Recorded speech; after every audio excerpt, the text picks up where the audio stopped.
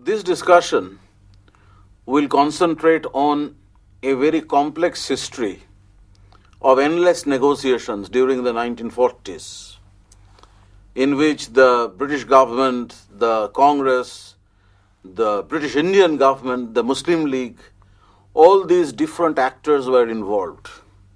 The discussion continued around questions concerning Indian political aspirations, further constitutional reforms, what the British described as the Indian problem. Sir, what is meant by this Indian problem?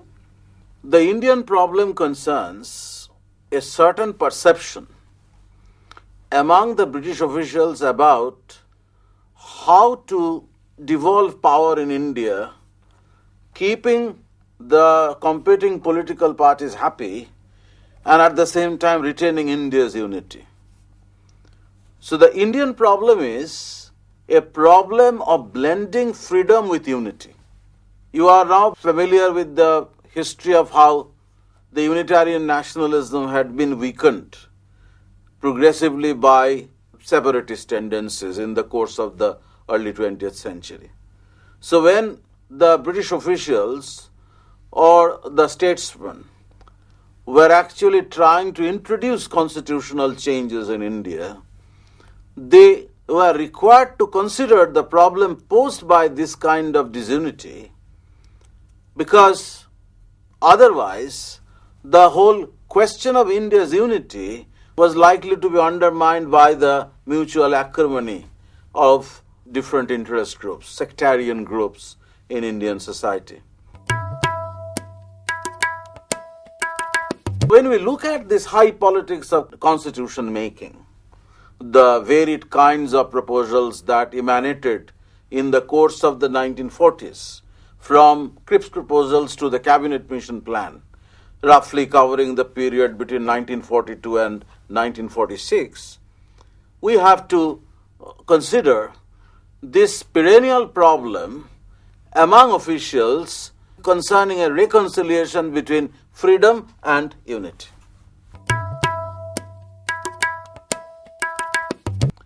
The responsible government in the provinces, for all practical purposes, failed to work. The Congress ministries constantly complained about limitations of powers. They complained about the way power remained concentrated in the hands of the governor, emergency powers, extraordinary powers. They complained about inadequate finance which they needed in order to carry out their reformist program. So there was an endemic complaint by Congress ministries particularly about the way the Act of 1935 had not provided them with responsible government. On the contrary, the promises that they had made to the people were not maintainable with the limitation of powers. So the constitutional negotiations of the 1940s required to be studied in the backdrop of a certain Congress distrust about the intentions of the British, dissatisfaction with the way the particular system was actually working after the Congress decided to form ministries in several provinces. It is at this juncture, towards the close of the 1930s, in 1939, the war intervened and changed the complexion of the situation so remarkably that there was an urgency on the part of the British government to conciliate Indian public opinion. The war was posing such a great problem for them. They needed Indian participation. And in order to ensure this participation, the British had to hold out promises of further devolution of power in future, independence at a foreseeable future date. And the opinions, however, both on the Indian side and on the British side, were divided.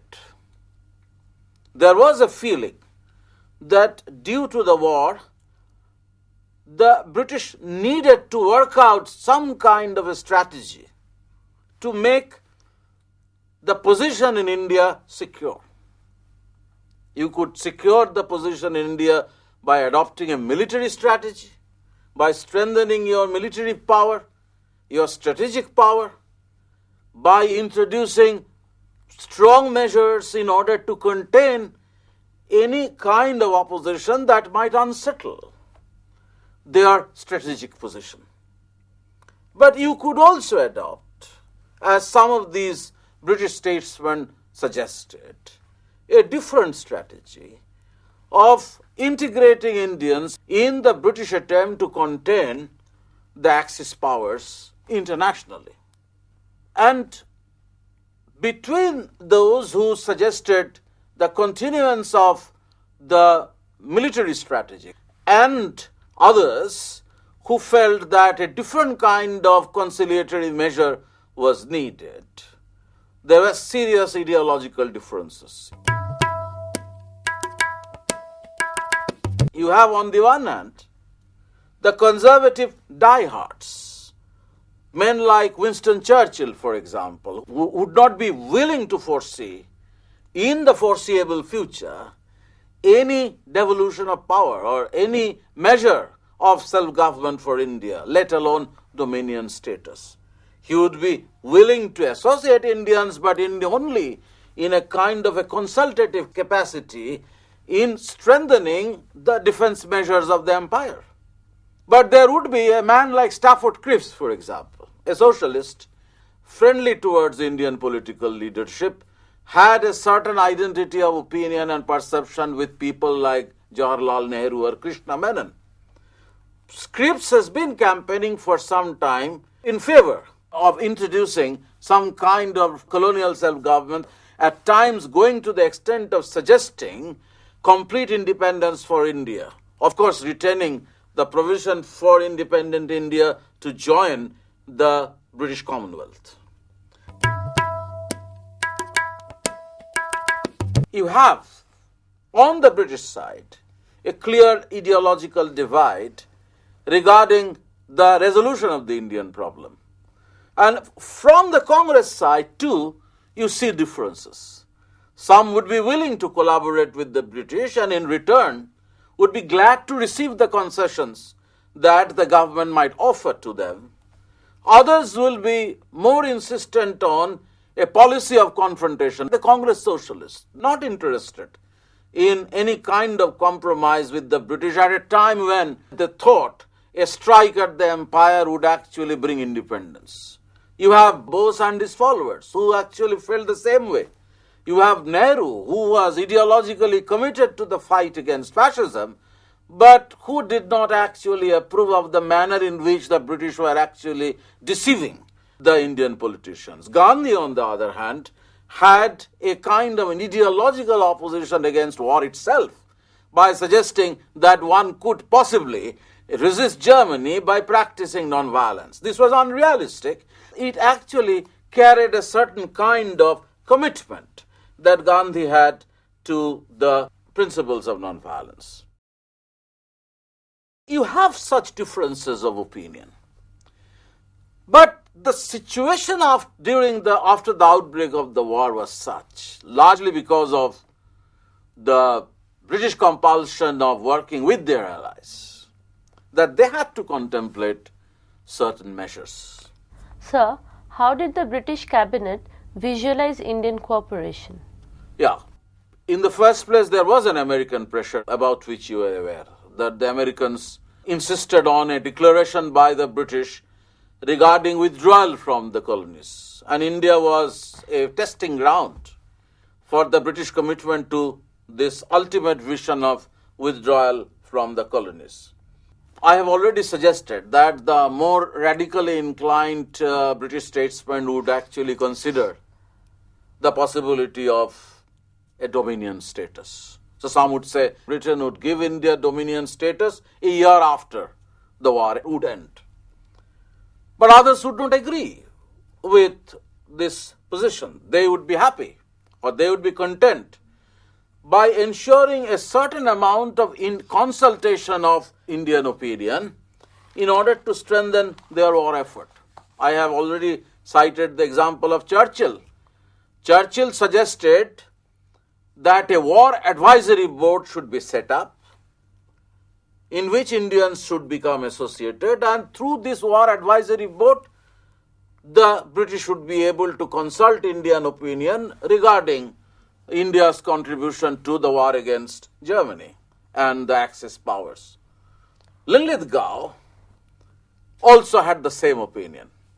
Linlithgow, the viceroy, also felt that the creation of a consultative body would solve the problem, at least for the time being, and he was in favor of deferring the discussion on constitutional changes. The Zetland, the Secretary of State, on the other hand, was actually contemplating a more positive measure to solve the Indian problem. But some kind of statement of intent on the part of the British was required by this constant American pressure. Yet, despite all this, the British, at this stage at least, never made their position on the dominion status for India clear. They were ambiguous. The Congress ministers resigned on the ground that before taking this decision to associate India in the war against the Axis powers, Indian opinion was never consulted. So it was on this ground, ultimately, the working committee of the Congress directed its governments to tender their resignation, which they did towards the close of 1939. Sir, what impact did the resignation of the Congress ministry make on the British thinking about India? I believe that this, to some extent, unnerved them. They realized that Congress had become somewhat alienated, and if they allowed this alienation to continue, then their war effort would suffer. So you see, in early 1940, a relatively clear statement about dominion status in future, despite the opposition of Churchill and the Viceroy Linlithgow. But as I said, that during the 1940s, the war was actually playing a very critical role in shaping British opinion about what they were going to do with the Indian problem. So, middle of 1940, around May, June 1940, when Hitler's army was advancing towards England, towards Western Europe, Dunkirk fell, and some of the British statesmen and strategists were actually apprehending the complete fall of Europe. They felt that the time had come for them to think about India as a possible fallback option. That you have a huge army concentrated in the region on which the British could easily rely in order to continue the fight against the Axis powers from a more secure base in the Indian subcontinent if their resistance against Germany in Europe completely failed. So this kind of strategic option actually compelled them to contemplate draconian measures. The presence of a huge army would enable the government to impose their coercive measures more effectively, which they in fact did during 1942. But at the same time, as I said, that British opinion oscillated between these two poles. In August 1940, even a man like Linlithgow made an announcement, which is known as the August Offer, in an attempt to avoid the conflict with the Congress. He promised that dominion status should be accorded to India within a year after the end of the war. The Constitution of India would be framed by a representative assembly.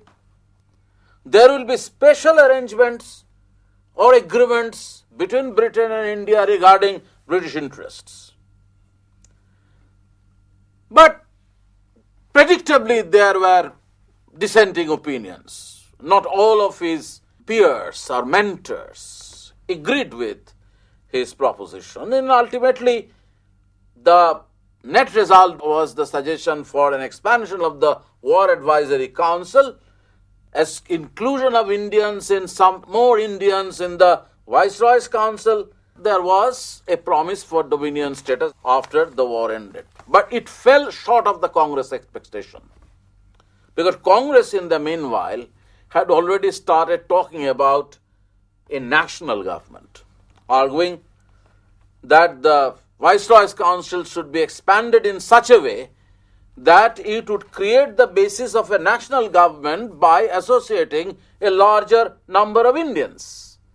And if defense of India was to receive this kind of priority in British policy, and Indians were to participate in this, then Indians must be associated with crucial decision making in the military and the defense department, something which the British government was not likely to concede.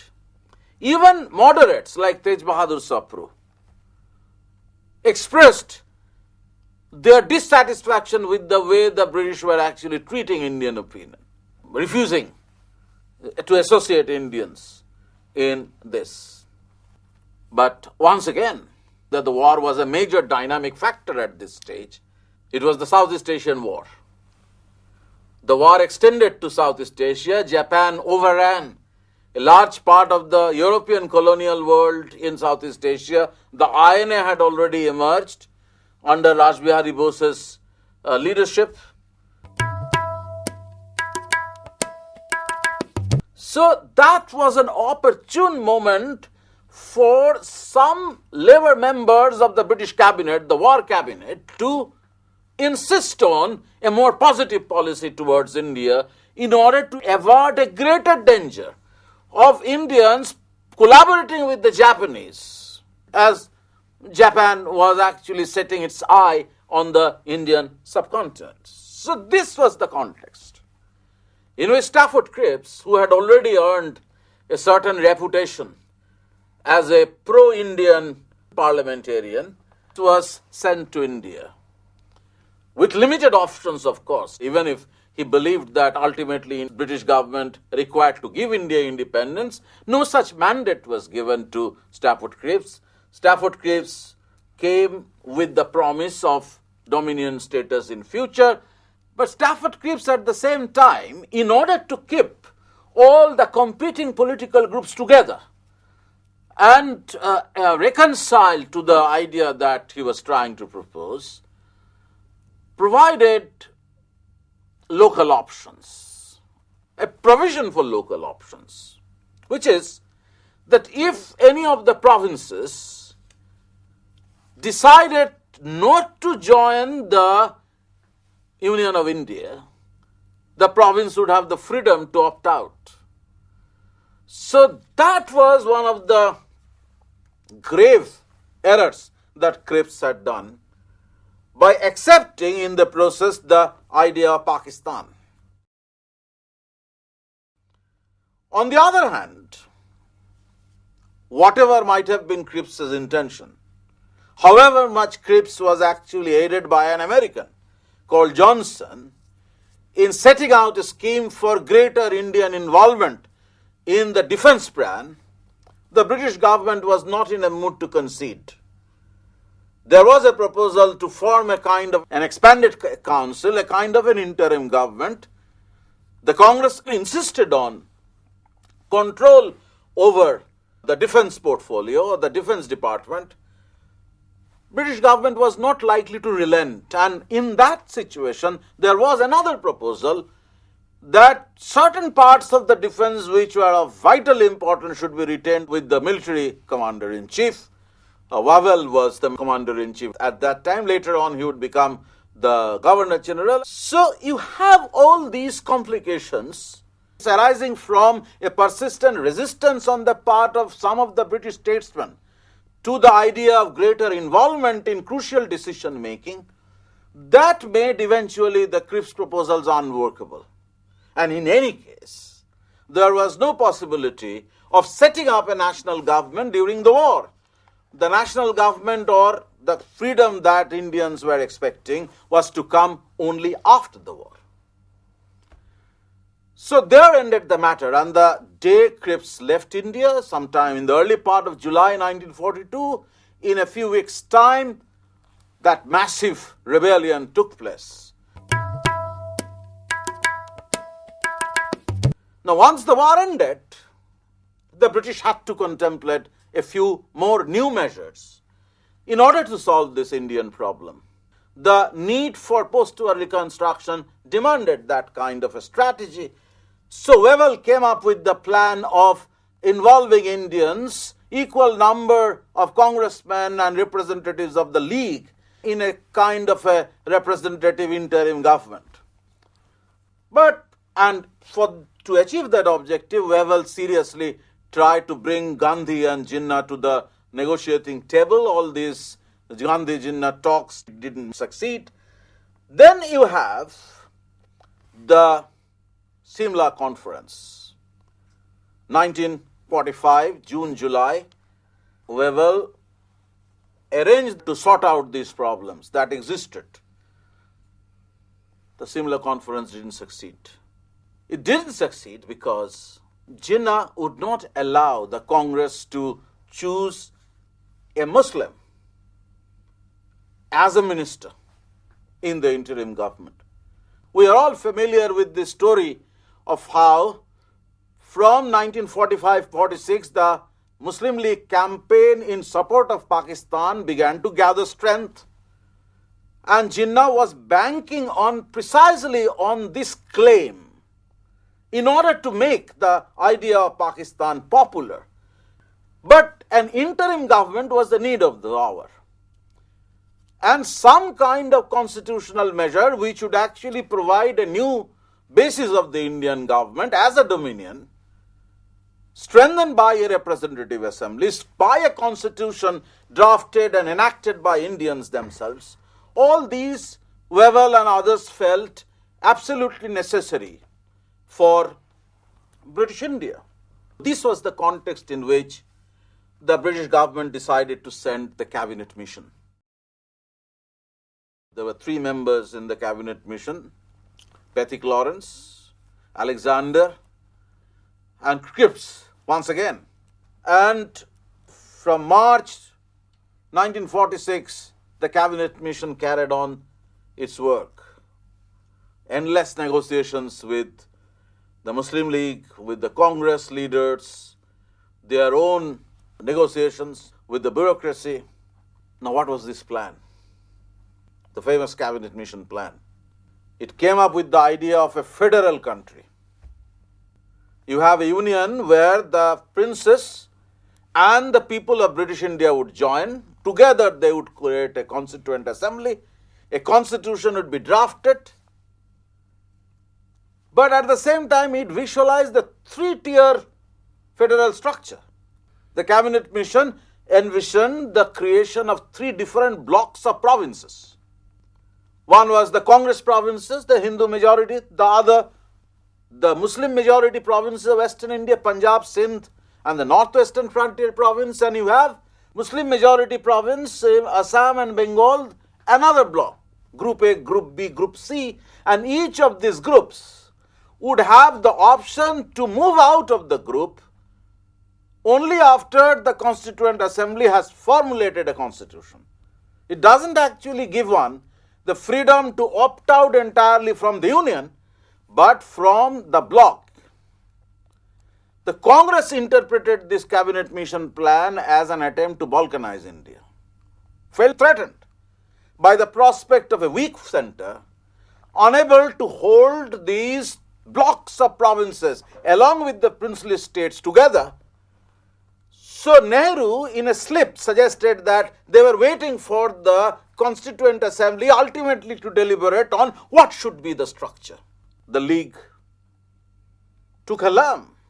After accepting the cabinet mission plan, the League became so hostile to the Congress on this issue that on the question of joining the interim government which the British were proposing at that time, they had continuous bickerings.